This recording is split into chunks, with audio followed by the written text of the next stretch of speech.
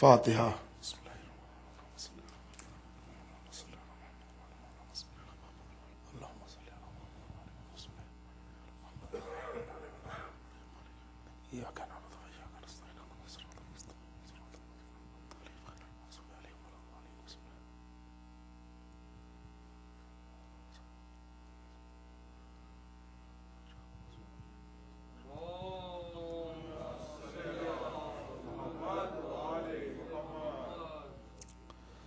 اعوذ باللہ السمیع العلیم من الشیطان اللعین الرجیم، بسم اللہ الرحمن الرحیم، الحمد للہ رب العالمین، والصلاة والسلام على اشرف الانبیاء والمرسلین، سیدنا ونبینا وشفیعنا ومولانا بالقاسم محمد وآلہ طیبین الطاہرین المعصومین المظلومین، ولعنۃ اللہ علی اعدائہم وقتلتہم وغاصبی حقوقہم اجمعین من یومنا ھذا الی قیام یوم الدین، اما بعد فقد قال اللہ تبارک وتعالی فی کتابہ المجید والفرقان الحمید، وهو اصدق الصادقین وقول الحق، بسم اللہ الرحمن الرحیم، لقد ارسلنا رسلنا بالبینات وانزلنا معهم الکتاب والمیزان لیقوم الناس بالقسط۔ صلوات بھیج دیں محمد۔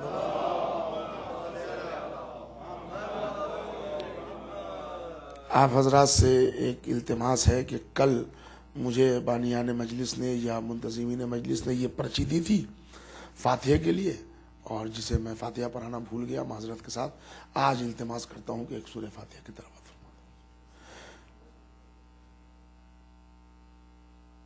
ہادی حسین ابن مرزا مہدی حسین افضل النساء بیگم بنت ولایت حسین ایم ہاشم ابن مرزا عبد الجواد کی روح کو ایصال فرما دیں۔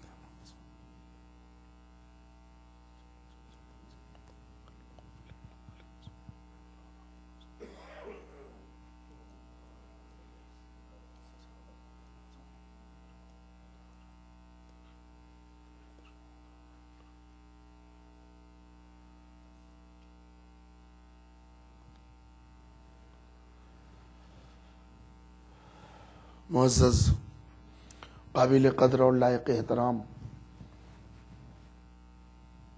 سامعین گرامی عزیز، آئے وافی ہدایہ مسلسل ہے جو ہمارے اور آپ کے درمیان گفتگو امام زمانہ اور قیام عدل کے حوالے سے جاری و ساری ہے۔ اس سلسلے کی تیسری نشست اسی آیہ مبارکہ کے ذیل میں کہ جس میں پروردگار عالم ارشاد فرما رہا ہے،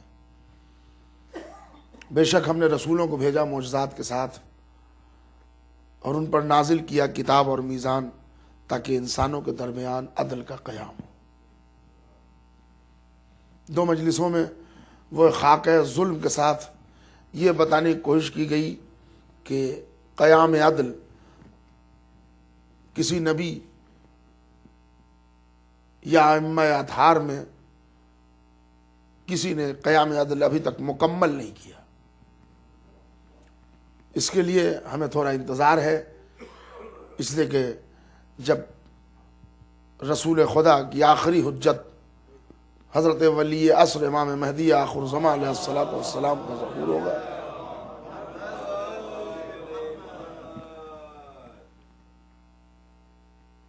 پوری دنیا عدل و انصاف سے بھر جائے گی۔ اس حوالے سے کل کی مکمل مجلس آپ حضرات کی خدمت میں ریپیٹ کرنا نہیں ہے، مگر وہ خاکہ مجھے بتانا ہے جس سے آج کا سلسلہ ہمارا جاری ہوگا، کہ آیت میں رسولوں کا ذکر ہے، دلیل میں یہ بات کہی جا رہی ہے کہ امام عصر قیام عدل کریں گے، تو مطالبات رسالت سے ہیں، انجام دہی کے لیے دلیل امام دیے جا رہے ہیں۔ تو یہ بیان میں نے کل کیا کہ امامت کے اور رسالت کے خدمات کی سرحدیں ایک ہیں۔ شاہ عبدالعزیز محدث دہلوی کی ایک کتاب سر الشہادتین سے میں نے یہ بتانے کی کوشش کی تھی کل کی مجلس میں کہ انہوں نے درجہ شہادت حضور سرور کائنات کو شہادت حسنین کریمین سے تشبیہ دی ہے۔ فرماتے ہیں کہ حسن کی شہادت اصل میں رسول کی شہادت ہے، اور حسین کی شہادت اصل میں محمد مصطفیٰ کی شہادت ہے، جس پر میں نے یہ حجت قائم کرنے کی کوشش کی کہ جب دوسرے اور تیسرے امام کی شہادت محمد مصطفیٰ اور رسول اکرم کی شہادت بن سکتی ہے، تو پھر آخری امام کا قیام عدل رسول اسلام کا قیام عدل کیوں نہیں ہو سکتا؟ اس کو الگ الگ نہ سمجھیں، اس لیے کہ اللہ نے ہر امام کی اولاد میں ایک بیٹا امام دیا۔ یہ خاص فضیلت مولائے متقیان کو اللہ نے دیا کہ آپ کی نسل میں دو دو بیٹا امام ہے۔ اس کی توجیحات یہ ہے کہ اصل میں رسالت کو دو طرح کی شہادتیں ملنی تھی، سری اور جہری، اس کے لیے اللہ نے منتخب کیا کہ دو رسول کے فرزند ہوں۔ اور پھر کائنات عالم و آدم میں جو افضلیت مولائے کائنات کی ہے وہ اپنی جگہ اظہر من الشمس ہے۔ دیکھیے ایک بات ذرا پہلے آپ کی خدمت میں وضاحت کر دوں کہ اولنا محمد و آخرنا محمد، یہ میں بھی جانتا ہوں، ایسا نہیں کہ اس کا علم مجھے نہیں ہے۔ سب امام علم میں، کمال میں، فضیلت میں برابر ہیں، اس کا علم بھی مجھے ہے، مگر اس کو ہم کیا کریں کہ رسول اللہ کی حدیث ہے کہ الحسن والحسین سیدہ شباب اہل جنہ و ابوہما افضل منہما۔ حسن و حسین سردار جوانان جنت ہے، مگر ان دونوں کے باپ ان سے افضل ہیں۔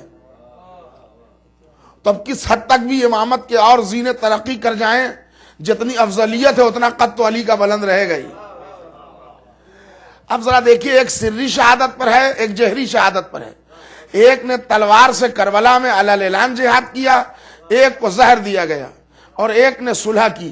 اصل میں مقصد نیابت حیدر کرار کو دو زینے اللہ نے دیے۔ اصل میں کمال ایک فضائل مولائے کائنات یہ ہے، توجہ کا تعلیم حضرات، کہ وہ شجاع، وہ دلیر، وہ بہادر جب رن پڑے تو تلوار کا دھنی ہوتا ہے، جب کتابت صلح کی بات آئے تو ہاتھ میں قلم بھی رکھتا ہے۔ یہ کمالات بہت کم لوگوں کو نصیب ہے کہ بیک وقت وہ عالم بھی ہیں، بیک وقت وہ مجاہد بھی ہیں۔ اور علی کے وہ خدمات کہاں تک جاتے؟ علی نے صلح حدیبیہ میں کتابت بھی کی، مرحب و انتر کے سر بھی کاٹے۔ شاید اسی لیے اللہ نے کہا کہ علی کے وہ کمالات کہاں تک سمیٹے جائیں۔ ہر امام کی اولاد میں ایک بیٹا امام ہوتا رہا، نسل علی میں دو بیٹا امام ہوا، ایک نے باپ کے قلم کی نیابت کی معاویہ سے صلح کر کے، ایک نے یزیدیہ سے ٹکر لے کے باپ کے تلوار کی نیابت کی۔ صلوات بھیجیے محمد اور آل محمد۔ بات پہنچ گئی؟ ہم تو سمجھ رہے تھے کہ گھروں کی مجلسیں اس لیے ہیں کہ برکتیں گھر میں ہوں، نحوستیں دور ہو جائیں، ذکر اہل بیت گھر میں ہوں۔ مجھے نہیں معلوم تھا کہ گھروں کی مجلس ہونے کا مطلب مبارک گاہ کو سناٹا کر دینا ہوتا ہے۔ تو بہرحال میرے علم میں اضافہ ہوا، تھکے تھکائے لوگ، اور یہ ہمارا ایک دشمن آن لائن، جہاں اس کے بڑے فائدے ہیں وہاں کچھ نقصان بھی ہے۔ یہ ذاکرین کے لیے قتل کی حد تک آن لائن، سب لوگ وہ آن لائن سن لیتے ہیں۔ بہرحال جن کے لیے مجبوری ہے، کوئی پرابلم ہے، کوئی زحمت ہے، کوئی تکلیف ہے، اولڈ ایج ہے، بڑھاپا ہے، جس میں کوئی، وہ تو آن لائن دیکھ لیں، ان کو ان کا فائدہ ہے۔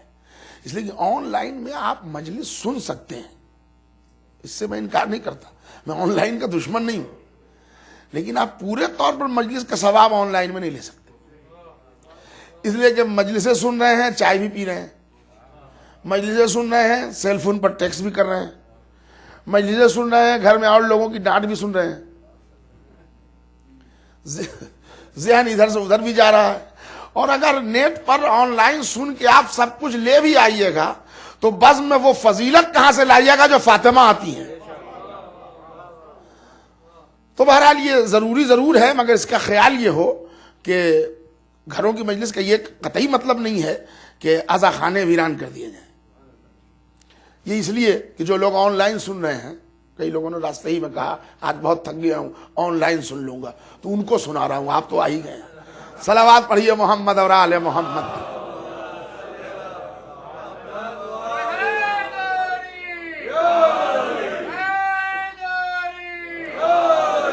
حضور والا میں نے پہلے دن بھی مجلس پڑھی تھی اور کل بھی اور آج بھی اور کل بھی انشاءاللہ زندگی نے اجازت دی تو پڑھوں گا. مجمع کی کمی کا احساس ذاکر کو ہوتا ہے، آدمی کو نہیں، آپ کو نہیں ہونا چاہیے. اور مجھے قطعی اس کا احساس نہیں ہے. اب کیوں نہیں ہے؟ مجلس پڑھتے پڑھتے تقریباً 30 سال ہو گئے، ہر تجربے سے گزر چکا ہوں. تو اگر عوام الناس کے سہارے اپنی خطابت کی بیساکھی کو بنایا جائے تو یہ ہوگا کہ مومنین کا سہارا ہوا تو مجلس چلی اور مومنین نہیں رہے تو مجلس کے چلنے اور چلانے کی بات نہیں ہے. یہاں نوکری ہے زہرا کی، خدمت اہل بیت ادا کرنا ہے. تو مومنین کی کمی کا احساس آپ حضرات کو نہ ہو. بہت اہم گفتگو کے دور سے میں آپ حضرات کو آج گزارنے کی کوشش کروں گا، اس لیے کہ یہ ایک اہم سوال ہے کہ امام عصر ہی قیام عدل کیوں کریں گے. ذرا تھوڑی سی گزارش پھر کر لوں کہ جتنے مومنین ہیں وہ ذرا تھوڑا سا اگر آگے چلے آئیں.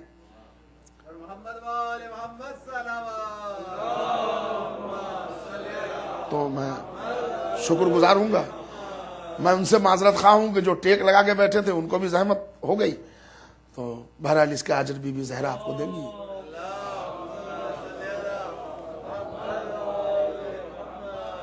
امام زمانہ کے حوالے سے 4 مصرے سنیے اور اس کے بعد ذہن آپ کا فریش ہو جائے. اردو زبان کے محاورے کے اعتبار سے، اس لیے کہ آج میں شعر آج کا بدلہ کل پڑھ دوں گا انشاءاللہ اگر آپ سننا پسند کریں گے. تو آج ذرا بالکل پیور تاریخی بیان ہوگا تو اس میں اشعار کی گنجائش کم ہوگی. ابھی آپ کا ذہن پورے طور پر میری طرف سمٹا ہے.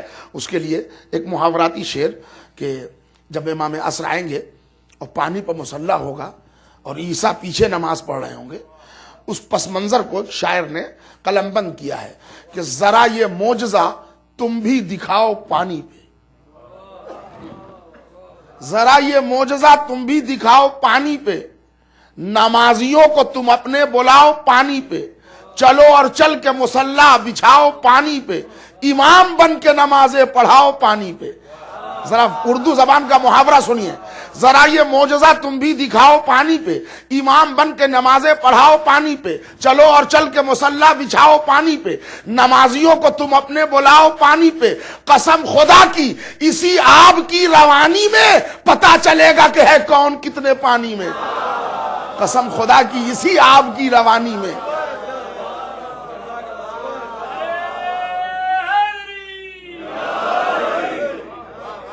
پتا چلے گا کہ ہے کون.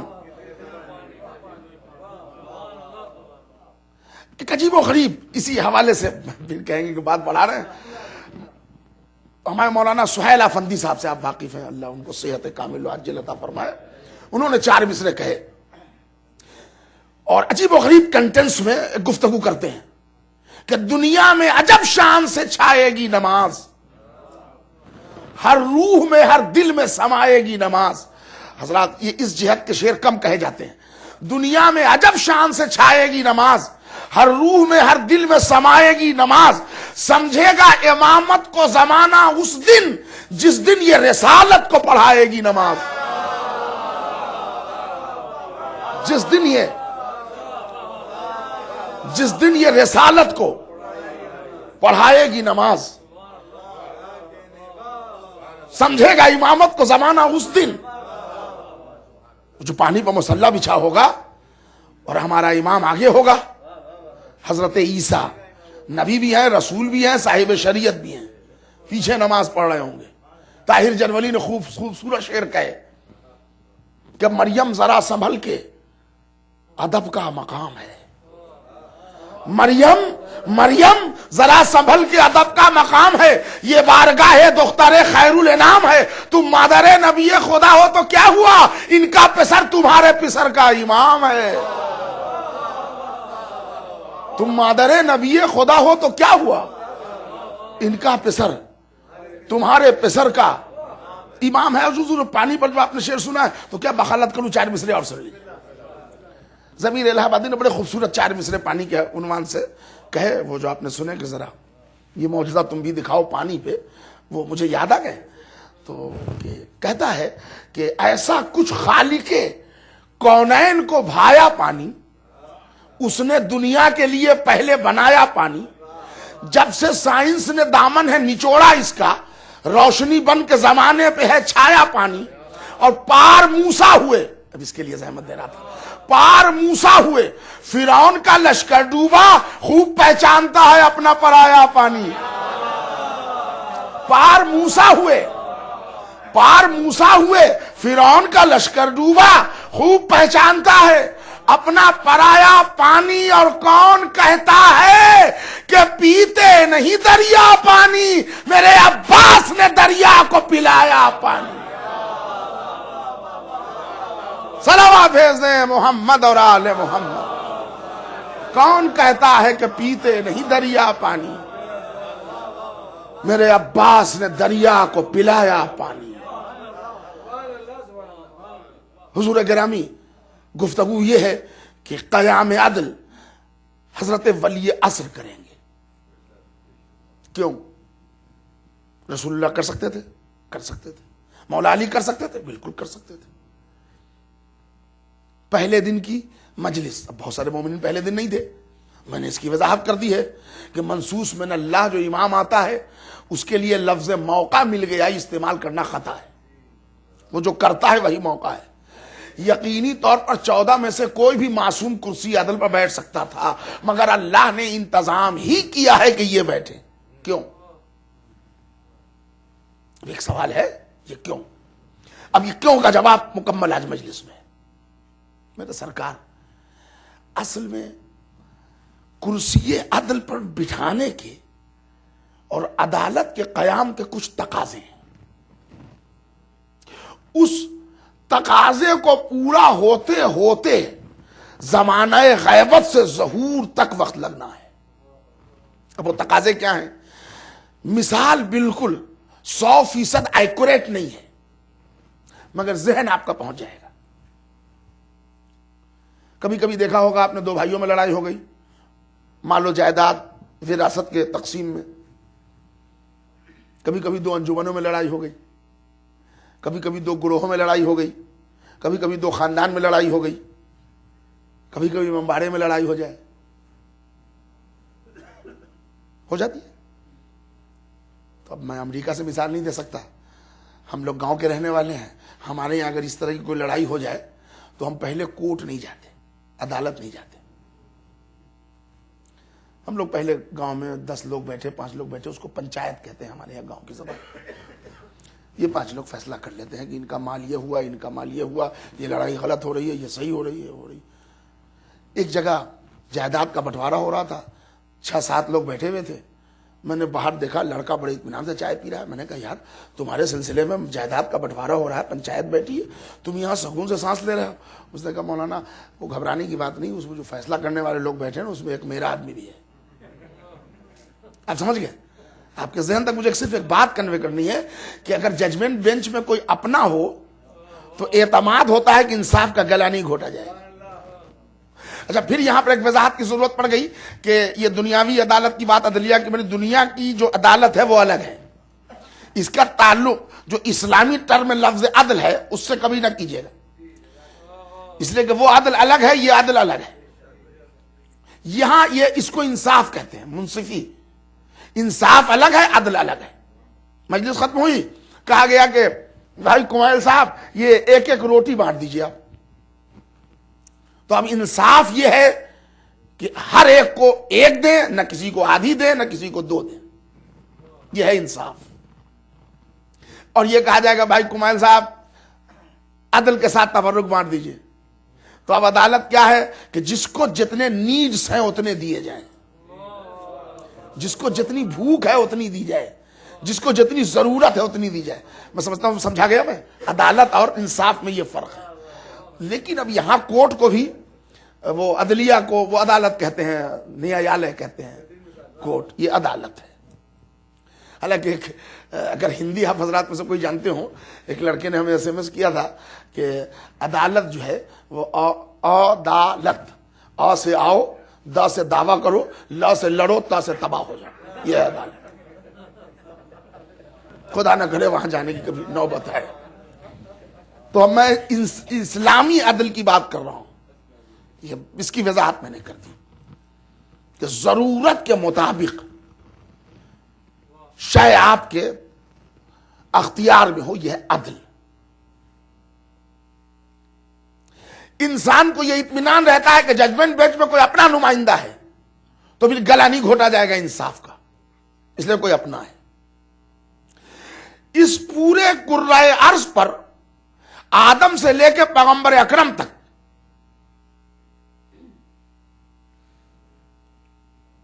عدل کی راہ میں نبوت نے قربانیاں دی، 100% عدل قائم نہ ہو سکا. امام زمانہ کیوں کریں گے؟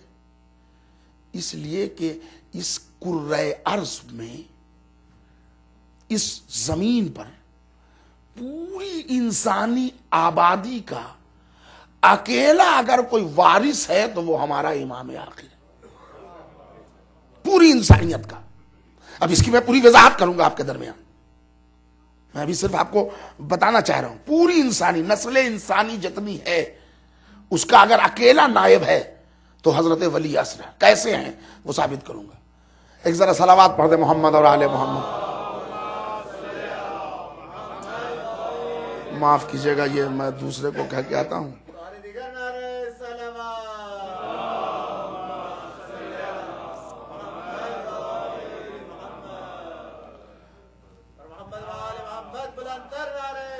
ذرا آپ کی توجہ کو تعلیم، معاف کیجیے گا تھوڑی سی. میں آپ حضرات سے معذرت خواہ ہوں کہ وہ چونکہ یہ یہاں پر کالر مائک ہے، یہ وائبریشن پہ تھا تو وہ اس کو ڈسٹرب کرے گا، اس لیے میں اس کو الگ کر دیا میں نے تھوڑی دیر آپ کے لیے. ابھی دن میں گھر میں مجلس میں تھے تو مولانا نے سب لوگوں سے کہا تھا کہ سوئچ آف کر دیجیے. تو خیر میں ایسی کوئی فرمائش آپ کی خدمت میں نہیں کر رہا ہوں. پوری انسانی آبادی کا اکیلا وارث امام یاسر ہے. کیوں ہے، کیسے ہے، اس کے لیے میں پوری تاریخ انسانیت آپ کو سناؤں گا. آج صرف عدل کا اسٹیٹس سمجھ لیں آپ، آدم سے لے کر اب تک.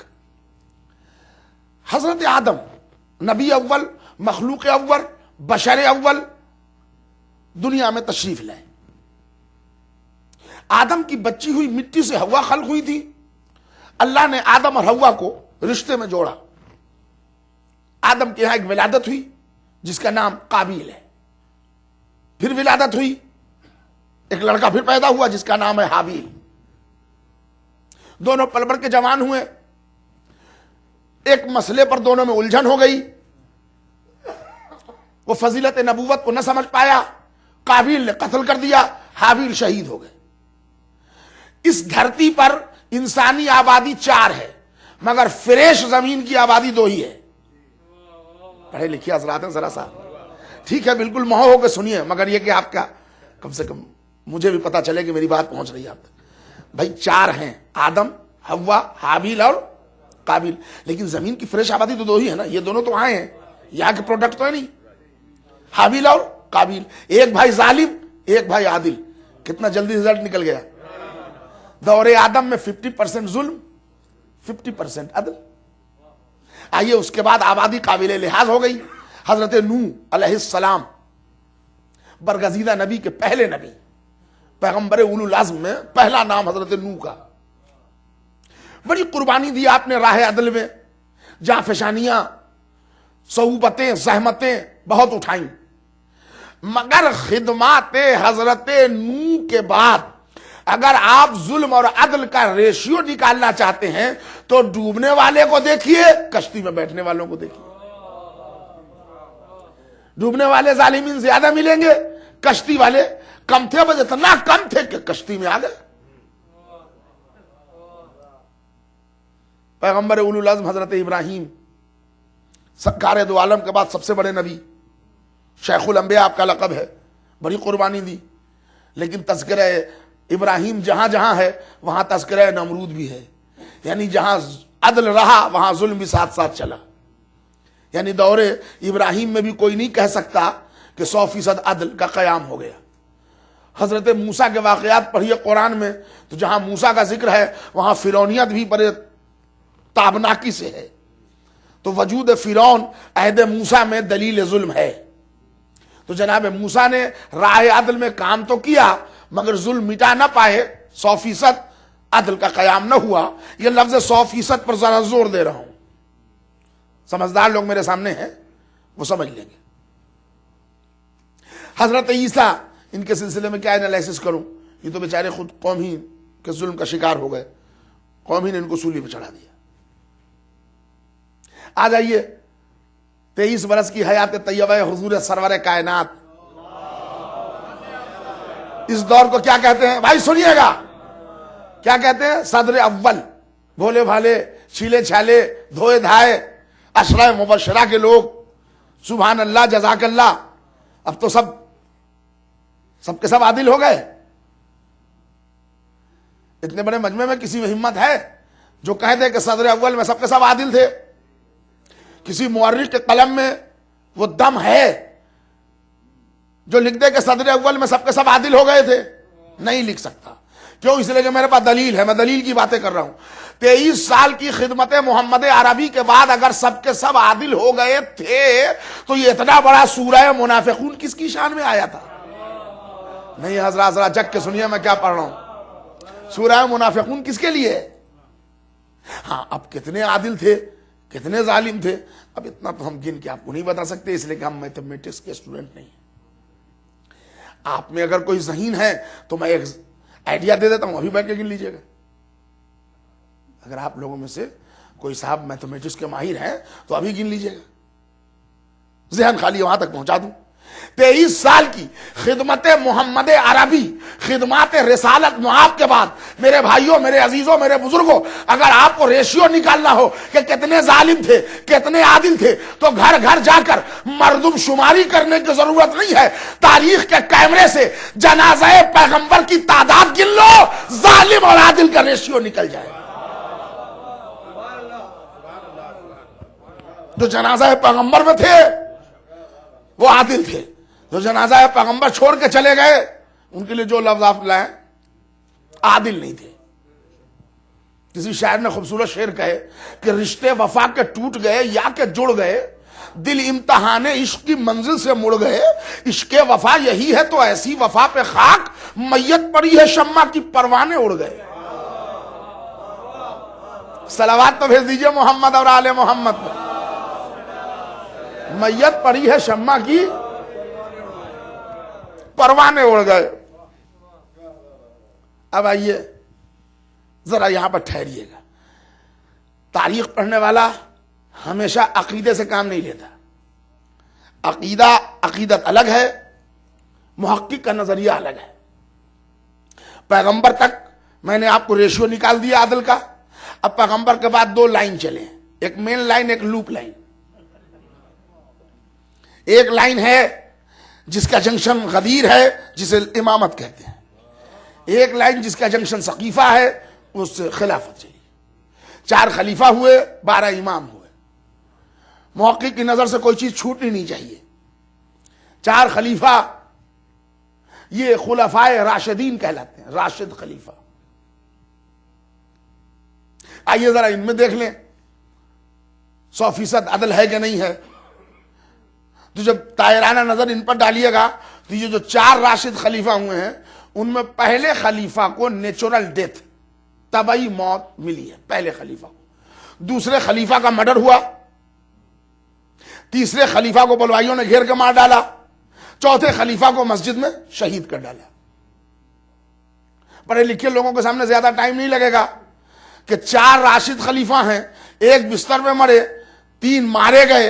رزلٹ نکل گیا کہ ان 4 راشد میں 75% ظلم ہے، 25% میں عدل کی بات ہوگی، اور 4 میں 25% آپ نکال لیجئے ریشیو.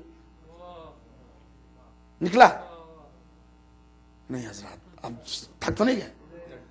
4 میں ایک بستر میں مرے، 3 کے ساتھ یہ ہوا، 25% ہوئے۔ اب امام اول، اب وہاں سے آئیے آپ، جن کے لیے سنی علماء نے لکھا ہے کہ قتل علی ابن ابی طالب لشدت عدلہ، علی ابن ابی طالب کا قتل ہی اس لیے ہوا کہ وہ عدل میں کسی سے کمپرمائز نہیں کرتے تھے۔ وہ حضرت طلحہ اور زبیر جیسی بلند و بالا شخصیت جس نے بیعت مولا کائنات کے لیے سب سے پہلے اپنے دستے مبارک کو بڑھایا تھا، وہ کسی خواہش میں آئے تو مولا نے کہا بیٹھ جائیے، ابھی ذرا حساب ٹوٹل کر رہا ہوں۔ ٹوٹل کر لیا، ہاتھ کی ہوا سے چراغ کو بجھایا۔ کہ یہ کیسے آنا ہوا؟ کہنے یہ پہلے تو بتائیے کہ چراغ کیوں گل کر دیا؟ انہوں نے کہا اس میں بیت المال کا تیل لگا ہے، ہماری اور آپ کی باتیں نیجی ہو رہی ہیں، اور اگر یہ تیل جلتا رہا تو کس کھاتے میں لے جاؤں گا؟ تو انہوں نے کہا تقوی اس معیار پہ ہے، یہ کہاں گورنری دیں گے؟ فرمائیے کیسے آنا ہوا؟ انہوں نے کہا نہیں بس آ گئے تھے کہ ذرا حج و عمرہ کے لیے جانا چاہتے ہیں۔ مولا نے کہا میرے واسطے بھی دعا کیجیے، خدا۔ یہ پہلی بات۔ اصل میں جو لوگ کہتے ہیں نا چراغ ہاتھ کی ہوا سے، چراغ نہیں بجھائے تھے، اس لیے کہ یہ تو جو جل رہا ہے، یہ شمع جل رہی تھی، یہ تو جل ہی رہی تھی۔ اصل میں 2 چراغ جو اور جل رہے تھے دل میں، اس کو بجھانا مقصود تھا۔ کلام الامام امام الکلام ہوتا ہے۔ اچھا جناب، دوسرے امام راہ عدل میں آپ نے قربانی دی 100%، دور عدل امام حسن میں نہ آ سکا۔ اس طرح سے ٹائم بچاتے ہوئے امام حسین سے لے کے 11ویں امام تک قریب ہمارے امام شہید ہوئے ہیں۔ کسی نے زہر دیا، کسی نے تلوار سے زخمی کیا، اس کا مطلب وجود ظلم ہے۔ اب ایک زمانہ ایک امام کا بچا ہے، انشاءاللہ جب پردہ غیب ہٹا کے یہ آئے گا، یہی عدل و انصاف سے دنیا کو بھر دے گا۔ کیوں یہی بھرے گا؟ کیوں ان لوگوں نے نہیں بڑھا؟ تو میں نے جو اب پھر 20 منٹ کی جو تقریر میں پہلے کر چکا اس کو تو ریپیٹ نہیں کر سکتا۔ اس کرۂ ارض پر اکیلا پوری انسانی آبادی کا نائب اور وارث چونکہ امام عصر ہے، اللہ نے منتخب کیا کہ یہی کرسی عدل پہ جو بیٹھے گا تو نسلی سکون کا باعث بنے گا۔ نسلیں اس زمین پر 4 ہیں۔ کتنی نسلیں ہیں؟ اسی 4 میں ہم سب ہیں، یورپین، امریکن، ایشین، افریقن، سب 4 میں۔ ذرا نسل انسانی کو 1 منٹ پڑھ لینے دیجئے، 2 منٹ پڑھ دوں گا، اجازت ہے؟ اللہ نے حضرت آدم کا پتلا بنایا، 4تھے آسمان پر 40 برس تک اس کو سوکھنے کو رکھا۔ جب اس مٹی کے پتلے میں سولیڈیٹی آ گئی تو جناب آدم کے پتلے میں روح ڈالی، سجدہ کرایا، جنت میں بھیجا، پھر حوا کے ساتھ زمین پہ بھیج دیا۔ حوا اور آدم کا عقد اللہ نے حکم سے پڑھ دیا، 10 مرتبہ درود رسول اور آل رسول پر مہر معین کی اللہ نے، رشتہ جڑ گیا۔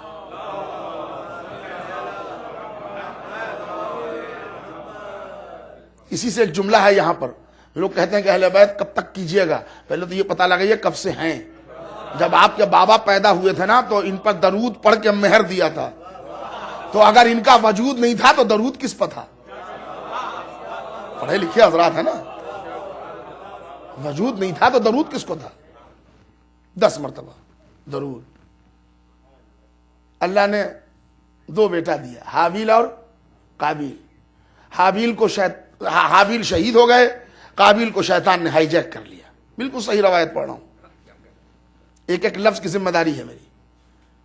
شیطان نے ہائی جیک کر لیا، اب کوئی اولاد نہیں ہے۔ جناب آدم نے دعا کی، پروردگارہ ہمارے مشن نبوت کو کون آگے بڑھائے گا؟ رو رو کو دعا کی۔ 550 برس کے بعد آدم کی دعا قبول ہوئی۔ ایک لڑکا پیدا ہوا جس کا نام ہے شیس. دوسرے سال پھر ایک لڑکے کی ولادت ہوئی جس کا نام ہے یافس. کہ پروردگارا ہماری نسل کیسے چلے گی؟ کہ آدم جیسے جیسے میں کرتا جاؤں بتاتا جاؤں ویسے ویسے تم عمل کرتے جاؤ. شیس اور یافس پل بڑھ کے جوان ہوئے. جب سینے بلوغ کو آئے تو اللہ نے ایک شب جمعہ میں ایک نزلہ نام کی حور کو بھیجا. حکم دیا آدم اس نزلہ کا عقد اپنے بڑے بیٹے شیس سے پڑھ دو. دوسرے شب جمعہ کو منزلہ نام کی جن کو بھیجا. حکم دیا کہ اپنے دوسرے فرزند یافس کا عقد اس منزلہ سے پڑھ دو. تبھی سے شب جمعہ کی عبادت مستحب قرار پائی ہے، اس لیے کہ بنی نوع انسانی کا جو نقطہ رکھا جا رہا تھا وہ شب جمعہ تھا. اب شیس یافس ان دونوں کی شادی ہو گئی، نزلہ اور منزلہ ان دو سے. اب نسل آگے بڑھی. اللہ نے شیس کے یہاں 4 بیٹی دی، یافس کے یہاں 4 بیٹا دیا. اب یہ پل بڑھ کے جوان ہوئے. سمجھیے نسل انسانی کیسے چل رہی ہے. شیس کی 4 بیٹیاں، یافس کے 4 بیٹے. یہ پل کے بڑھ کے جب جوان ہوئے تو یہ دونوں ہو گئے رشتے میں چچا زاد، یہ ہو گئے اب نامحرم. اب اللہ نے حکم دیا آدم کو کہ شیس کی بیٹیاں اور یافس کے بیٹے ان دونوں کو رشتہ ازدواجی میں جوڑو. اب نسل انسانی بڑھی، پھیلتی گئی آبادی. پھیلتے پھیلتے پھیلتے حضرت نوح علیہ السلام تک آتے آتے زمین پر قابل لحاظ تعداد میں انسانی آبادی پھیل گئی. مگر قوم نوح بیرا روی کا شکار ہو گئی. حضرت نوح علیہ السلام نے بددعا کر دی، اللہ نے ان کی دعا قبول کر لی. کچھ لوگوں کے بچانے کے لیے اللہ نے کشتی بنائی. بقیہ پوری آبادی غرقیاب ہو گئی. اب جو آبادی پھیلی تھی نسل شیس اور نسل یافس سے، وہ سمٹ کے کشتی میں آ گئی. جودی پہاڑی کے کنارے یہ کشتی رکی. اترنے والے 80 لوگ اس کشتی سے اترے. یہ 80 لوگ جو کشتی سے اترے تھے وہاں 2.5 مہینہ اس زمین پر تھے کہ طاعون نام کی بیماری آئی. اس میں 71 لوگ مر گئے وہیں پر ایٹ اے ٹائم. لیکن بچنے والوں میں نوح بھی زندہ تھے. نوح کے 3 فرزند تھے، جناب سام، جناب حام، جناب یافس. اب حضرات بور تو نہیں ہونا ہسٹری میں. ایک صلوات پڑھ دیجئے محمد اور آل محمد. یہ تو میں نے کل ہی کہہ دیا تھا کہ داد واد جو دینا ہے آج دے لیجئے، کل تو خاموش مجلس ہوگی. تو ہماری غلطی تو اس میں نہیں ہے نا. مگر میں بچوں کو ذرا تاریخ کو تو سنا دوں، اس لیے کہ ہمارے یہاں بھائیوں کی ایک تاریخ آ گئی کہ بھائی بہن سے نسل چلی ہے. تو جو بچے سن لیں گے ان کا دماغ کو صاف ہو جائے گا کہ ان کو بتا دیں گے کہ ہمارے یہاں نسل انسانی ایسے چلی ہے. وہ پتہ نہیں کہاں سے وہ روایت لے آئے ہیں وہ لوگ، باطل روایت. بہرحال ایک صلوات اور پڑھ دیں محمد اور آل. میں دھیرے دھیرے اس میں وہ تاریخ آپ کی خدمت میں پڑھتا چلا جا رہا ہوں. جناب سام، حام، یافس، یہ 3 نسلیں چلی اب دنیا میں. فوراً ہی یعنی ایک دشک 10 سال کے درمیان جناب سام اور جناب یافس کی نسل سے مخلوط ہو کر ایک نئی نسل پیدا ہوئی جس کو نسل آرین کہتے ہیں. اردو میں آریائی کہیں گے اور ایسے آرین کہتے ہیں. یہ لوگ آرین، یہ لوگ زیادہ تر ایران میں پروان چڑھے. ایران سے افغانستان آئے، افغانستان سے جو آج موجودہ پاکستان میں سندھ ہے وہاں یہ لوگ آباد ہوئے. اور وہ چونکہ پورا علاقہ ہندوستان کا تھا لہذا یہ لوگ جو آرین یہاں آئے انڈیا میں، سندھ میں، یہ پورے بھارت میں، پورے انڈیا میں پھیل گئے. اور پھیل گئے تو انہوں نے بہت دن تک یہاں اقتدار بھی کیا. اسی لیے میڈاول ہسٹری آف انڈیا میں آپ دیکھیے گا تو ہندوستان کا پرانا نام آریہ ورت ہے، اس روایت سے کہ آرین نے اس کو بسایا تھا. تو اب نسل انسانی 3 کے بجائے 4 ہو گئی. نسل سام، نسل حام، نسل یافس، آرین. یہ نسل سام، یہ جتنے لوگ بیٹھے ہیں نا یہ سب نسل سام کے ہیں قریب قریب. ان کا رنگ ذرا پکا بھی ہوگا، ذرا کچا بھی ہوگا، ذرا کمزور بھی ہوگا، ذرا بہت لائٹڈ بھی ہوگا، اور گندمی بھی ہوگا، اور وہ سب ہوگا. یہ کلائمیٹ کے اثرات قبول کرتے ہیں، اس لیے کہ اس نسل کو پیغمبر اکرم کی دعا ہے.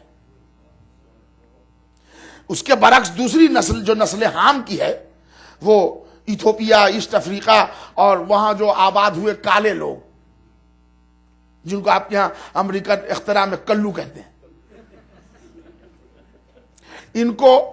ان کے جسمانی کلر پر موسم کے اثرات مرتب نہیں ہوتے، نسل سام پر ہوتے ہیں، نسل حام پر نہیں ہوتے. ورنہ آپ دیکھ لیں 200 برس سے امریکہ جیسے ٹھنڈے ملک میں جیسے کالے تھے ویسے کالے ہیں.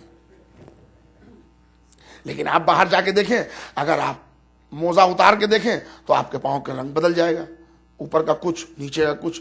یہ آستین اگر یہاں تک کے کپڑے پہنتے ہیں آپ تو یہاں تک کا کلر کچھ رہے گا، ذرا اس کو پلٹ کے دیکھے گا تو کلر چینج ہو جائے گا. اس لیے کہ اس نسل کو کلائمیٹ کے اثرات ایکسپٹ ہوتے ہیں. یہ اسکین اللہ نے ایسی دی ہے ان کو. یہ ہے نسل سام. نسل حام وہ کالے لوگ، سیاہ فام، حبشی، نیگرو جو کہلاتے ہیں.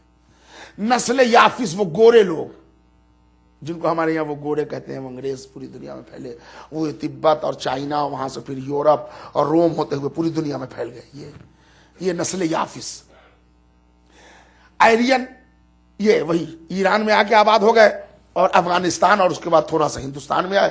جو ہندوستان میں آئے تو مخلوط ہو کے جو لوگ رہ گئے ان کے کلر بدلتے چلے گئے. لیکن جو لوگ ایران اور اس مضافات میں رہے یعنی افغانستان میں، تو اسی کلائمیٹ میں چونکہ رہے تو یہ لوگ بھی گورے ہوتے ہیں بیسیکلی، مگر گلابی مائل گورے ہوتے ہیں، سفیدی مائل نہیں ہوتے. نسل سام، نسل حام، نسل یافس، نسل ایرین، بس یہ 4 نسل ہے. میری بات آپ پورے طور پر سمجھ لیجیے اور آپ تحقیق بھی کر لیجیے گا میرے جانے کے بعد کہ 5ویں کوئی نسل نہیں ہے. پوری آبادی جو اس زمین پر ہے انہی 4 نسلوں میں بٹی ہے، سام، حام، یافس اور ایرین. مجھے یہ بتانا ہے کہ کرسی عدل پر اللہ ولی عصر کو کیوں بٹھا لے گا. میں نے ایک جملہ کہا کہ پوری نسل انسانی کا اکیلا وارث امام عصر ہے. کیوں بھائی؟ سنیے گا، قیمتی جملہ حضرات کے اذہان عالیہ کے حوالے. اب اس کے لیے آپ کو تھوڑی سی زحمت اٹھانا پڑے گی کہ امامت کا شجرہ سننا پڑے گا. اچھا وہ بھی سنگل شجرہ نہیں ہے، ڈبل ہے، تو ڈبل زحمت اٹھائیے گا.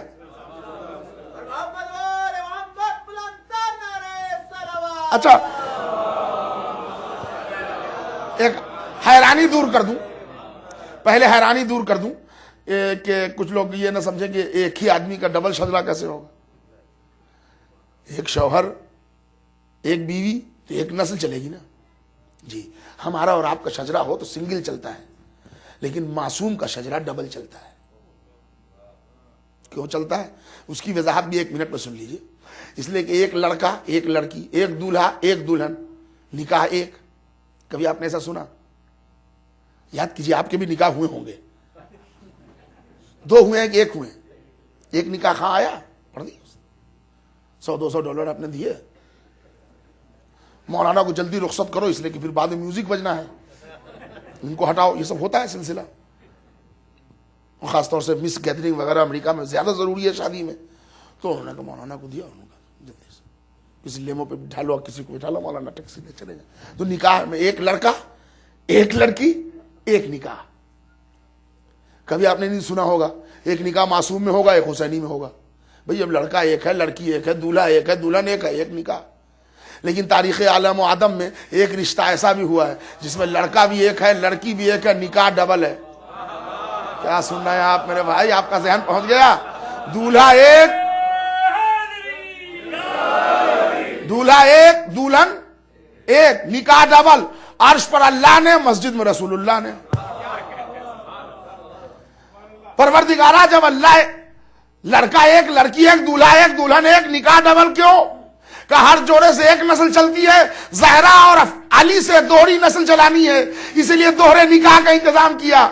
ایک عقد خاص جو عرش پر اللہ نے پڑھی، ایک عقد عام جو مسجد میں رسول اللہ نے پڑھی. لیجئے دونوں نسل چلی، عقد خاص سے نسل خاص چلی، عقد عام سے نسل عام چلی.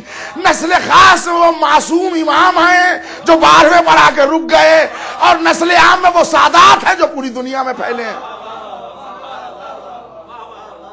بات پہنچ گئی؟ ایک ہی آدمی کا ڈبل عقد. تو اب ڈبل شجرہ ہوگا ہمارے معصوم کا، ایک شجرہ نورانی اور ایک شجرہ بشری جو زندگی. اس لیے میں بہت جلدی پڑھ رہا ہوں، بہت اسپیڈ میں، اور روک نہیں رہا ہوں پورے ہر جزیات پر. میں نہیں روک رہا ہوں اس لیے کہ میں چاہ رہا ہوں کہ پورے طور پر اسی گھنٹے بھر میں سمیٹ لوں مجلس کو. کل 20 منٹ کی مجلس زیادہ بڑھ گئی تھی، مجھے لگ رہا ہے کہ شاید مجمع پر آج اسی کا اثر ہو گیا ہو.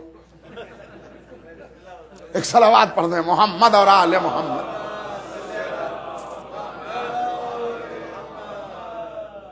اپنے ولی عصر کے حوالے سے یہ جملہ آپ ساتھ لیتے جائیے، انشاءاللہ یہ بچوں کے لیے کام کی چیزیں ہیں.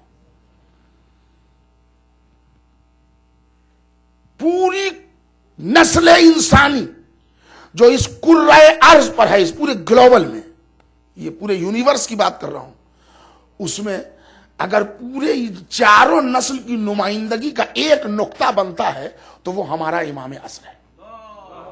کیوں ہے؟ سنیے گا بھائی، توجہ خاص کا طالب. شجرہ نورانی آپ کے امام کا شروع ہوتا ہے. اب اللہ نے اپنی مشیت سے، ایک ایک جملہ قابل غور ہے، شے سے نہیں، اس لیے کہ یہ معصوم لا شے سے خلق ہوئے ہیں. اپنی مشیت سے اللہ نے ایک نور کو خلق کیا. حفاظت توحید کے لیے اللہ نے نور کو فوراً 2 حصوں میں بانٹا. ایک کو علی کہہ کے پکارا، ایک کو محمد کہہ کے پکارا، اور پھر سے ایک کر دیا. حفاظت توحید کی غرض شامل تھی. اور یہاں پر یہ بھی سن لیجئے، نور خلق کس نے کیا؟ اللہ نے. اور اللہ ہے عادل. ٹکڑے کس نے کیے؟ اللہ نے. وہ کچھ بچے کی طرح باتیں کرتے ہیں، علی بڑے ہیں کہ نبی بڑے ہیں. بچوں والی باتیں نہیں کرنی چاہیے. نور کے 2 ٹکڑے ہیں، کرنے والا عادل اللہ ہے، چھوٹے بڑے ٹکڑے نہیں کرے گا، ورنہ عدالت پہ حرف آ جائے گی. ارے میرے بھائی، پوری باتیں دلیل کے ساتھ ہے نا. نور ایک خلق کیا، 2 ٹکڑے کیا، محمد علی، پھر سے نور کو ملایا. 12 حجابات سے گزارا. جب حجاب رفت سے گزار چکا اللہ، تو اللہ نے اسی نور کو صلب آدم میں ڈالا. اور آدم علیہ السلام کی پیشانی سے لے کے مختلف پاک اسلاب اور ارحام سے گزارتا ہوا، جو زیارت وارثہ میں آپ نے یہ جملے پڑھے ہوں گے، گزارتا ہوا اللہ عبد مناف تک اس نور کو لایا. ذہن میں رکھیے گا، 1 نور، 2 ہوا، 1 ہوا، حجابات سے گزرا، اور اب ایک نور چلتا چلتا چلتا چلتا عبد مناف تک آیا. ابراہیم اسماعیل سے گزرتے ہوئے عبد مناف تک آیا، وہاں سے ہاشم تک آیا. بھائی ذرا جملے رہے گا نہ جانے دینا میرے بھائیوں. عبد مناف تک، جناب ہاشم تک، جناب ہاشم کے بعد عبد المطلب تک سنگل لایا نور کو. عبد المطلب کے بعد پھر نور کو 2 حصوں میں بانٹ دیا. ایک نور کا امین عبداللہ کو بنایا، ایک نور کا امین ابو طالب کو بنایا. ایک نور نے مکے کو روشن کر دیا، ایک نور نے کعبے کو قبلہ بنا دیا. ہدایت کو پھر ضرورت ہوئی کہ بکھرا نور پھر ملے. ہدایت کو پھر ضرورت ہوئی کہ بکھرا ہوا نور پھر ملے. اللہ نے پھر ملا دیا. علی اور فاطمہ کا رشتہ کر دیا. بکھرا ہوا نور جو محمد علی میں الگ ہوا تھا، فاطمہ اور علی میں پھر ایک ہو گیا.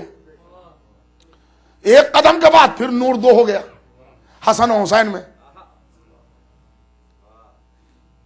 جیسے ہی نور بکھرا، مشیت نے اب ضرورت محسوس کی کہ نور پھر ملے، تو اللہ نے حسن کو بیٹی دی، نام فاطمہ رکھوایا.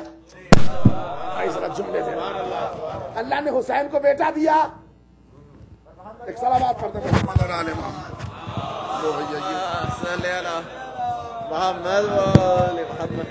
بار دیگر نعرہ صلوات. بڑے قیمتی دور سے گزار رہا ہوں میرے بھائی. اللہ نے نور کو علی اور فاطمہ سے پھر ملایا. ایک قدم بڑھا نور حسن اور حسین میں بھی بکھر گیا. اللہ نے بکھرے ہوئے حسن اور حسین کے نور کو پھر ملایا. کیسے؟ اللہ نے حسن کو بیٹی دی, نام فاطمہ رکھوایا. اللہ نے حسین کو بیٹا دیا, نام علی رکھوایا. 55 برس کے بعد اس گھرانے میں علی اور فاطمہ پھر جوان ہوئے. فاطمہ بنت حسن, علی ابن الحسین. اب جو پھر رشتے میں جوڑا, اللہ نے کہا اب نور نہیں بکھرے گا. اب جو فاطمہ اور علی کا نور ملا تو نتیجے میں 5واں محمد آیا. اب محمد گیا علی آیا, علی گیا محمد آ گیا, محمد گیا پھر علی آ گیا, پھر علی گیا پھر محمد آ گیا. اس طرح لاتے لاتے 12ویں کا نام محمد رکھ کے سلسلہ نور کو روکا. چونکہ نور کے پہلے نقطے کا نام محمد رکھا تھا, آخری نقطے محمد پر روک دیا. بھائی ذرا ملاحظہ فرما رہے ہیں, آخر امام کا نام بھی محمد ہے, روک دیا نور کو. یہ ہے آپ کے امام کا شجرہ نورانی. بکھرتا ہوا نور سمٹ کے یہاں کے ایک نقطے پر سمٹا تو وہ ولی عصر بنا. اب شجرہ بشری, خاندانی شجرہ. ایک اونچی آواز میں صلوات پڑھیے, پھر پڑھو.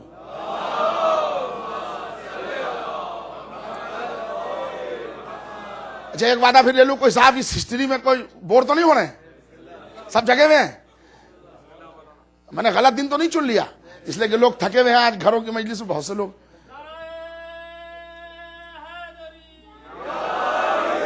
مگر اس کو آپ غور سے سنیے. اور جو کبھی دیکھیں, نیٹ کا یہی فائدہ ہے. نیٹ کا یہ فائدہ نہیں کہ مجلس میں نہ یہ گھر سے سن لیجئے, نہیں. نیٹ کا یہ فائدہ ہے کہ اگر آپ کو نقطے پسند آ جائیں تو پھر سے سن لیجئے, تاکہ ذہن پر نقش ہو جائیں, بچوں کے لیے اثاثہ رہ جائے. اس پورے کرۂ ارض پر نسل انسانی کا اکیلا وارث, اکیلا نائب ہمارا آخری امام ہے. اس کے لیے میں نے شجرہ نورانی آپ کو سنایا, شجرہ بشری سنیے. اللہ نے ہر نسل کی نیابت قسمت امامت میں دی, مگر چونکہ منصوص من اللہ معصوم باپ تھے, وہ بدلے نہیں جا سکتے تھے, تو اللہ نے امام کی ماؤں کو بدلنا شروع کیا. کوئی صاحب پرانے خیال کیے نہ سوچیں کہ نسل تو مردوں سے چلتی ہے. یہ مولانا کہہ رہے ہیں کہ امام کی ماؤں کو چینج کیا. ماؤں کے کیا اثرات نسل پر بھول جائیے. جتنے اثرات مردوں کے ہیں برابر کے اثرات عورتوں کے نسل پر پڑتے ہیں. اور آپ میرا ٹائم بچائیے ایک دلیل سے, کہ اگر نسل انسانی پر مردوں کے علاوہ عورتوں کے اثرات نہ پڑتے ہوتے تو میرا مولا کبھی نہ کہتا عقیل بہادر گھرانہ تلاشو جہاں شادی کروں جس سے بہادر اولاد پیدا ہو. تو اب اندازہ لگا لیں کہ جس بیٹے کا باپ علی جیسا ہو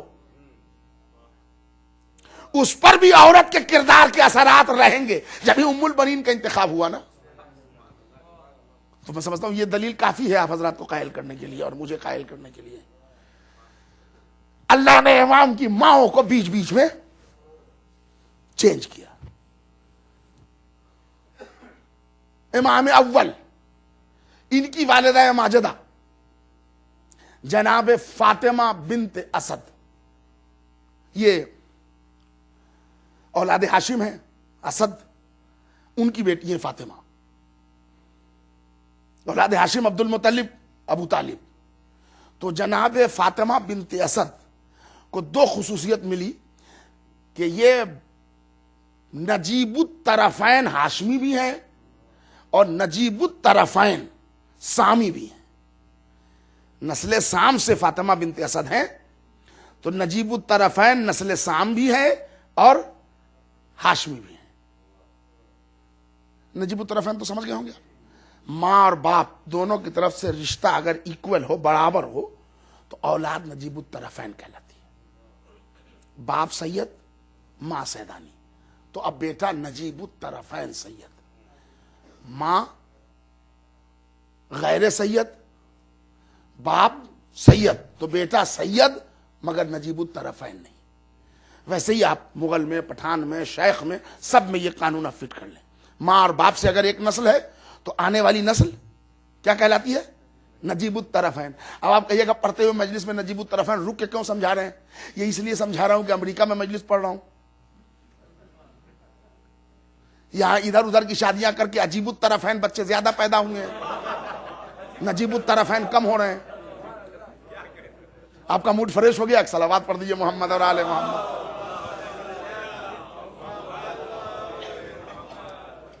بھائی ابھی اتفاق یہ ہے کہ ایسی جگہ مجلس پڑھ کے آ رہا ہوں کہ جن کے صدر ہی صاحب ایسی گھر سے بہو لے آئے ہیں کہ میں نے ذرا ام المومنین کا ذکر کیا تو انہوں نے فون کیا کہ مولانا ذرا سا وہ احتیاط کیجیے گا. کیوں؟ کس لیے؟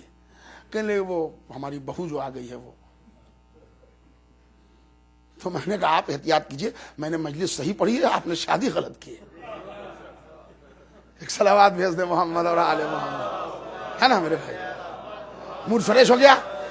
امام اول کی والدہ ماجدہ جناب فاطمہ بنت اسد، یہ سامع النسل ہے، انگلی پر گنتے جائیے. دوسرے امام کی والدہ جناب فاطمہ بنت محمد، تیسرے امام کی والدہ جناب فاطمہ بنت محمد، یہ سامع النسل ہیں. چوتھے امام کی ماں، اب یہ نسل بدلی، جناب شہر بانو، یہ نسلاً سامی نہیں ہے، حامی نہیں ہے، ایرین ہے. ایران کا ایک بادشاہ تھا یزوجر، ایرین تھا.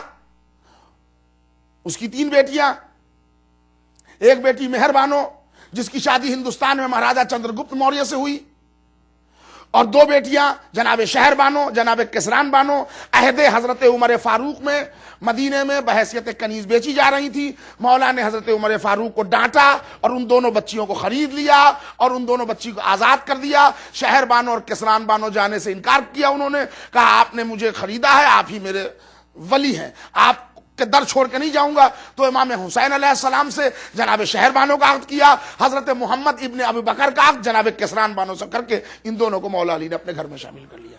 تو جناب شہر بانو یہ نسلاً ایرین ہے.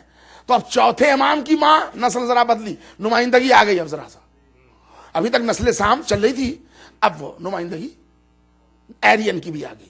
پانچویں امام کی والدہ جناب فاطمہ بنت حسن، یہ نسل سام کی ہیں، ایرین. چھٹے امام کی والدہ جناب ام فروا بنت قاسم بن محمد بن ابی بکر بن قحافہ. حضرت ابو بکر صدیق کے فرزند تھے حضرت محمد ابن ابی بکر، ان کے فرزند تھے جناب قاسم، اپنے زمانے کے بہت بڑے عالم، ایک بہت بڑی علمی شخصیت ہے ابھی یا مصر کی، استاد محمود بریہ.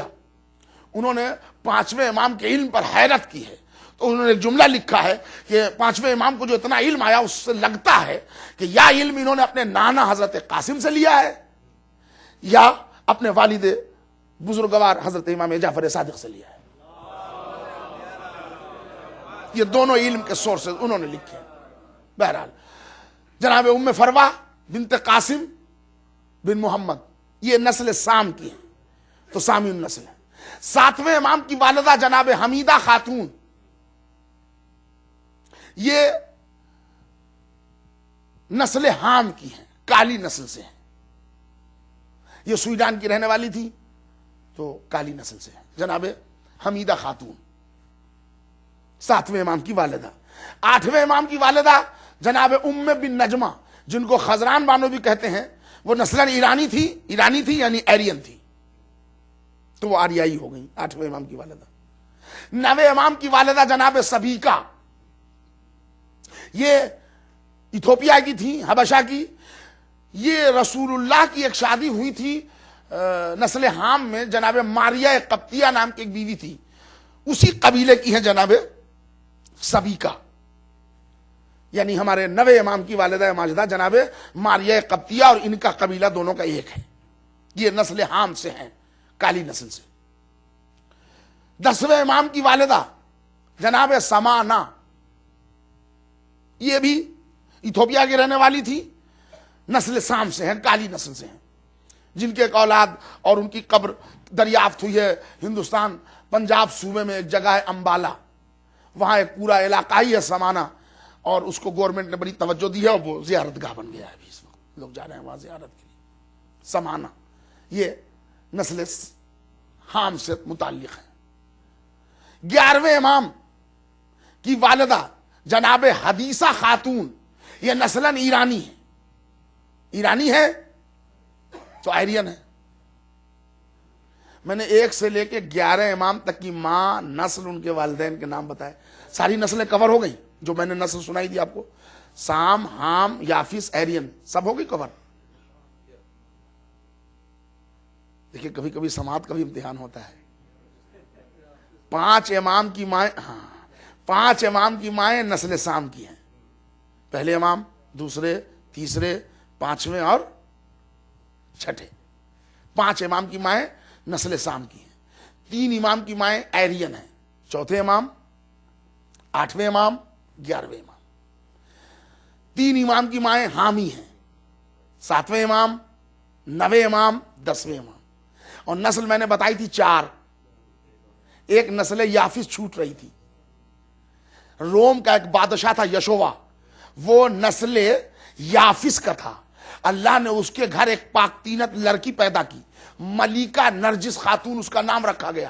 اللہ نے آخر میں وہ نقطہ نسل یافس کا سمیٹ کے امام حجت کی ماں بنا کے وہ چاروں نسل کی نیابت ایک جگہ جمع کر کے امام مہدی کو مکمل کیا کہ اب یہ کرسی عدل پر بیٹھے گا تو کالے ناراض نہیں ہوں گے، گورے ناراض نہیں ہوں گے، یافسی ناراض نہیں ہوں گے، سامی ناراض نہیں ہوں گے، سامی سمجھیں گے میرا نمائندہ ہے۔ آئے میرے سرکار، اب تو مثال کا فائدہ اٹھائیے۔ آئرین سمجھیں گے میرا نمائندہ ہے، حامی سمجھیں گے میرا نمائندہ ہے، یافسی سمجھیں گے میرا نمائندہ ہے۔ اللہ نے کہا ہر ایک اپنا نمائندہ اس عادل کو سمجھے گا تو عدالت میں عدم اعتماد نہیں ہوگا، اس لیے اللہ نے انتظامی کیا ہے کہ آخری امام کرسی عدل پہ بیٹھے۔ صلوات بھیج دیں محمد اور آل محمد۔ یہ بنیاد باتیں اٹھا دی گئی ہیں کہ موقع نہیں ملا ان کو اور امام کو موقع ملے گا، یہ بھونڈی باتیں ہیں۔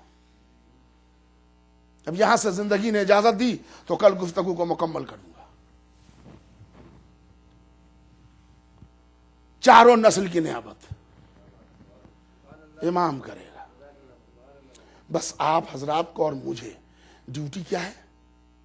دعا کرتے رہیں کہ مولا اب آ جائیے۔ اور اب تو میرے مولا پانی سر سے اونچا ہو رہا ہے، اس وقت کا علاج فقط ذوالفقار ہے۔ کیا جملہ علامہ مجلسی نے لکھا ہے کہ امام عصر کی علامت ظہور میں یہ ہے کہ امام کے پاس ذوالفقار ہے اور ایک علم آویزہ ہے، علم کا پھرہرا کھل جائے گا، تلوار نیام سے باہر آ جائے گی، یہی علامت ہے حکم ظہور۔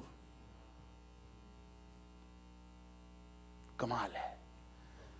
ہمارے شیعہ حضرات کبھی کبھی علم کو کہہ دیتے ہیں کہ یہ وال مارٹ کا کپڑا ہے، نہیں کہنا چاہیے میرے بھائی، اس لیے کہ تم کو نہیں چومنا مت چومو، کوئی بات نہیں ہے۔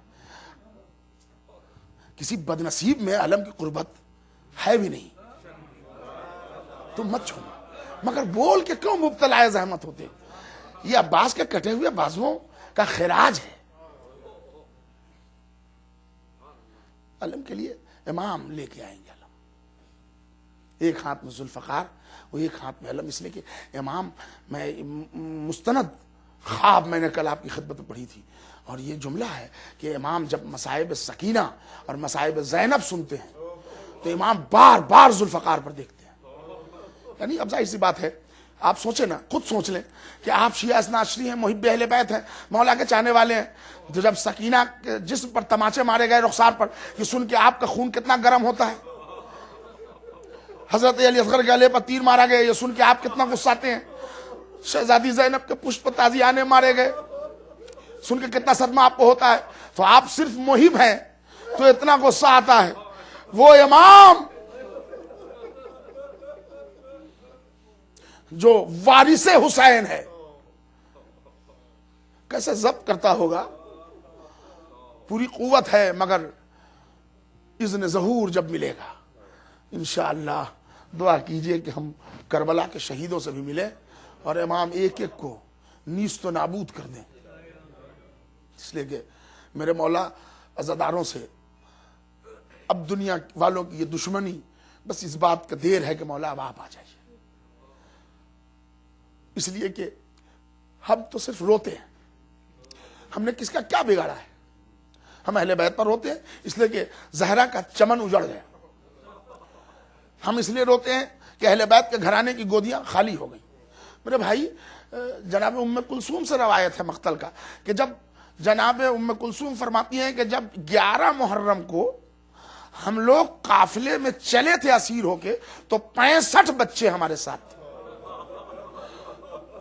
اور اس کے بعد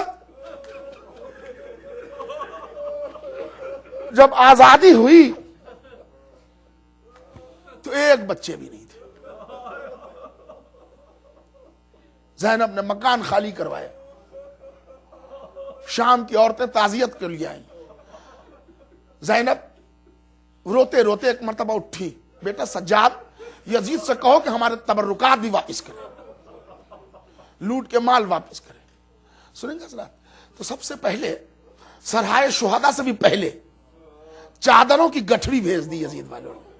جو بیویوں کی چادریں چھینی گئی تھی نا شام غریبہ میں, وہ چادر کی گٹھڑی آئی. زینب ثانیہ زہرا ہیں, انہوں نے چادر کی گٹھڑی کھولی, پہچان کے چادر اٹھانا شروع کی. ام لیلا تمہاری چادر لے جاؤ. رباب کدھر گئی؟ اپنی چادر لے جاؤ. بھابھی ام فروا اپنی چادر لے جاؤ. بہن ام کلثوم تم اپنی چادر لے جاؤ. ایک ایک بیوی کو چادر دیتی رہی. ایک چادر اپنے زیب تن کیا, اور جب ساری چادروں کو تقسیم کر دیا تو آخر میں دیکھا ایک چھوٹا سا مکنا بھی ہے, اس پر کان کی 2 بالیاں رکھی ہیں. اب زینب کا پیمانہ ضبط لبریز ہو گیا. کانوں کی ان بالیوں کو, ننھی سی ان چادر کو لیا, زندان کا رخ کیا. اے میری لال. خولی نے ایسے بوندے چھینے تھے کہ بچی کی کان کا لو کٹ گیا. سکینہ یہی فریاد کر کے روتی تھی, آج میرے سر پر میرا چچا عباس ہوتا تو خولی اس طرح سے تماچے نہ مارتا. ہاں آزاداران مظلوم کربلا, یہ سفر لٹا ہوا قافلہ رواں ہے کربلا اور مدینے کی طرف. بھائی ایک منظر سن لیجئے, بقیہ زندگی نے اجازت دی تو کل پڑھوں گا. جب یہ قافلہ 7 دن تک شام میں ماتم کر کے چلا ہے کربلا کی طرف, تو اب میں کس دل سے پڑھوں اور کس زبان سے ادا کروں کہ بیویاں بے تحاشا رو رہی تھی. اس لیے کہ اب مردوں کا سایہ تھا نہیں, کالے کالے پردے, اماریاں, بیویاں چادر کے ساتھ اونٹ پر سوار ہو رہی ہیں. زینب نے ایک ایک بیوی کو جب سوار کر لیا تو ایک مرتبہ کہا, بہن ام کلثوم اونٹ پر تمام بیویاں تو آ گئیں مگر رباب نظر نہیں آئی. تم نے رباب کو تو نہیں دیکھا؟ کسی اماری میں تو نہیں بیٹھی؟ کہا نہیں بہن میں نے رباب کو نہیں دیکھا. تو ہر ایک اماری کو جناب زینب نے دیکھا, کہیں رباب نظر نہ آئی. تو ایک مرتبہ آنگن کے سید سجاد سے کہا, بیٹا اماں رباب نہیں نظر آتی. سید سجاد اٹھے, کہاں چلے؟ اس زندان میں جہاں ایک ننھی سی قبر بنی تھی. کہا پھوپھی اماں ہو نہ ہو, اماں رباب سکینہ کی تربت پر ہو. اب جو آئیں تو عجب منظر دیکھا. کیا دیکھا؟ پورے کلیجے سے جناب رباب ایک ننھی سی قبر پر لیٹ کے فریاد کر رہی ہے, اے بیٹی قافلہ مدینے جا رہا ہے میری لال. اکثر یہ کہتی تھی نا ہم مدینے کب جائیں گے, اٹھو سکینہ قافلہ مدینے جا رہا ہے. زینب نے شانہ پکڑا, وہاں بھی رباب قافلہ جایا چاہتا ہے, تم بھی اونٹ پر بیٹھ جاؤ. رباب نے ایک مرتبہ چہرہ موڑ کے دیکھا, کہا زینب جاؤ, تم ضرور جاؤ. رباب جا کے کیا کرے؟ اصغر کو کربلا میں کھو دیا. میرا والی و وارث حسین کربلا میں ذبح ہو گیا. ایک سکینہ تھی جو شام میں سو گئی. رباب جا کے کیا کرے گی؟ میرا چوتھا امام آگے بڑھا, اماں رباب بابا کا فیصلہ یہ ہے کہ قافلہ مدینے کو جائے گا. دل جلی رباب یا علی کہہ کے اٹھی, چلا قافلہ ہاں سمٹا. اے زمین کربلا تو جذب کی تاثیر سے جا رہی ہے ملنے دکھیاری بہن شبیر. وَسَيَعْلَمُ الَّذِينَ ظلموا أي منقلب ينقلبون انا للہ و انا الیہ راجعون۔ پروردگارہ تجھے اہل حرم کی بے بسی کا واسطہ، حسین کے عزاداروں پر جو ظلم ہو رہے ہیں، پروردگارہ ان ظالمین کو نیست و نابود فرما۔ یہ میرے اللہ محمد اور آل محمد کے صدقے طفیل میں تجھ سے التماس ہے کہ جہاں جہاں بھی حسین کے عزادار مسافرت میں ہوں، محبان اہل بیت مسافرت میں ہوں، اہل بیت کی غریب الوطنی کا واسطہ ان کی حفاظت فرما۔ پروردگارہ ان آنسوں کو رومال زہرہ میں جگہ عنایت فرما۔ پروردگارہ شرکائے مجلس میں جتنے مومن مومنات، بچے، بوڑھے، جوان، مرد، عورت آئے ہیں، تمام آنے والوں کی شرکت کو بحضور امام زمانہ شرف قبولیت و عزت سے نواز۔ اے میرے اللہ ہم سب کی مختصر سی عبادت قبول عطا فرما۔ پروردگارہ تجھے عباس کے کٹے ہوئے بازوؤں کا واسطہ ہے، ان بازوؤں میں طاقت عطا فرما جن سے حسین کا ماتم کیا جاتا ہے۔ میرے اللہ تجھے علی اکبر کے زخمی کلیجے کا واسطہ ہے، ان سینوں میں طاقت عطا فرما جن پر حسین کا ماتم کیا جاتا ہے۔ اور میرے اللہ تجھے رباط کی اجڑی ہوئی گود کا واسطہ ہے، ان گودوں کو آباد رکھ جس میں حسین کے ماتمدار ابھی پل رہے ہیں۔ میرے اللہ راہب کو 7 اولاد دینے والے تشنہ لب کربلا حسین کا واسطہ، ان گھروں کو چراغ اولاد سے منور فرما دے جو اب تک محروم با اولاد ہے۔ میرے اللہ جب تک زندہ رکھ محبت اہل بیت کے ساتھ دنیا سے اٹھا تو محبت اہل بیت کے ساتھ۔ پروردگارہ ہم سب کی دعا ہے تجھ سے کہ جہاں جہاں بھی خدمت عزا کرنے والے مومنین ان کی حفاظت فرما، ذاکرین کی حفاظت فرما، علماء کرام کی حفاظت فرما، بالخصوص مرجع دورہ آغائے سیستانی کی حفاظت فرما، ان کو طول عمر عطا فرما۔ اے میرے اللہ وارث کربلا، منتقی میں خون حسین، حضرت ولی عصر امام مہدی آخر زمان کے ظہور میں تاجیل عطا فرما۔ ہم سب کو امام کے اعوان اور انصار میں شمار کر۔ ربنا تقبل منا انک انت السمیع العلیم ماتم حسین۔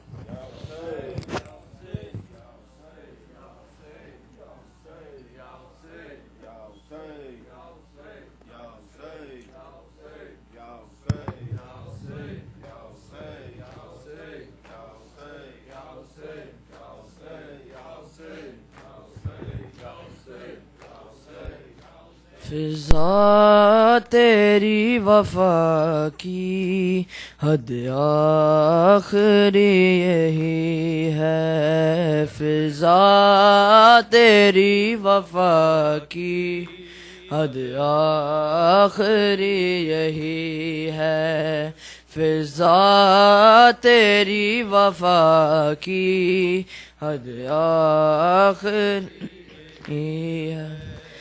زینب کے ساتھ تو بھی بازار میں کھڑی ہے، فضا تیری وفا کی حد آخری یہی ہے، فضا تیری وفا کی حد آخری ہے۔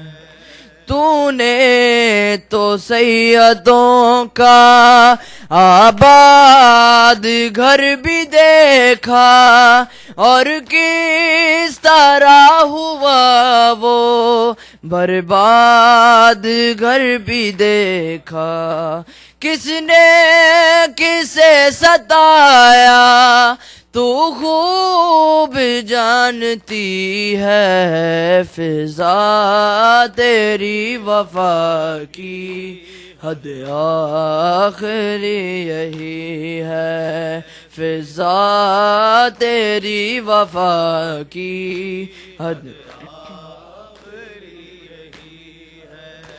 جب حسن کا جنازہ واپس ہے گھر میں آیا، فروا کے ساتھ رو کر قاسم گلے لگایا، لاش حسن سے تو بھی رہی تیر کھینچتی ہے، فضا تیری وفا کی حد آخری یہی ہے، فضا تیری وفا کی حد آخری باندھی ہوئی رسن میں زینب جو شام آئی، تیری کمر کے پیچھے چھپتی تھی ذرا جائی، ہر موڑ پہ دلا سے زینب کو دے رہی ہے فضا، تیری وفا کی حد آخری یہی ہے، فضا تیری وفا کی حد یثرب کی طرف دیکھے رو رو کے زہرا جائے، تیری بیٹیوں پہ نانا کیسی قیامت آئی، فضا کے بھی ہے وارث یہاں میرا نہ کوئی ہے، فضا تیری وفا کی حد آخری یہی ہے، فضا تیری وفا کی حد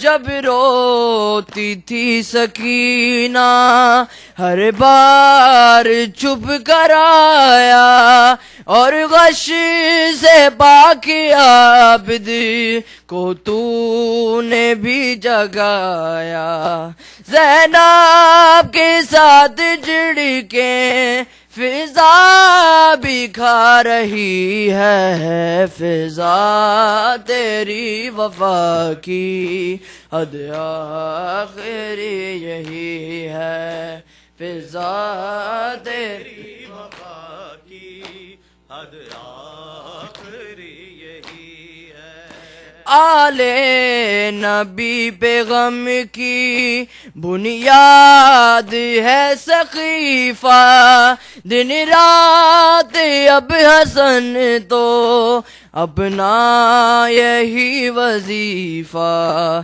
جس نے رلایا وہ شخص لعنتی ہے، فضا تیری وفا کی حد آخری یہی ہے، فضا تیری وفا کی حد آخری، یا حسین یا حسین یا حسین، زہرا تیرے گلشن میں اب کیسے بہار آئے، زہرا تیرے گلشن میں اب کیسے بہار آئے، زہرا تیرے گلشن میں اب کیسے بہار آئے، زہرا تیرے گلشن میں اب کیسے بہار آئے، زہرا